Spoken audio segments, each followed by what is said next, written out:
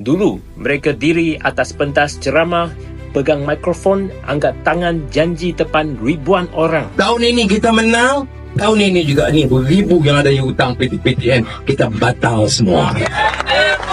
Kita rakyat masa tu percaya. Kita fikir inilah harapan, masa depan anak muda akan berubah. Tapi tengoklah hari ini. PTN masih wajib dibayar. Tak bayar, jangan mimpi nak keluar negara. Bukan saja tak hapus, sekarang jadi satu alat ugutan pula. Kalau tak bayar, pasport kau kami blok.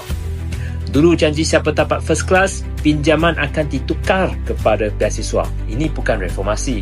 Ini penghinaan kepada pelajar cemerlang. A- bukan A.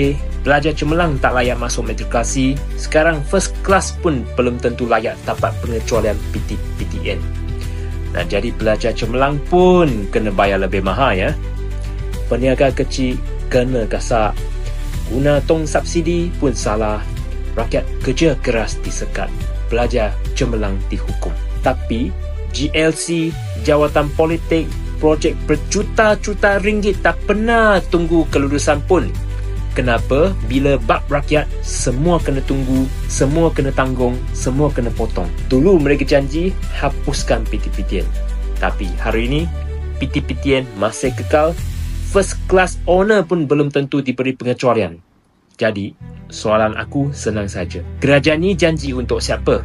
Untuk rakyat atau hanya untuk kuasa? Kita bukan nak minta mimpi itu menjadi realiti. Kita cuma minta kerajaan menepati janji.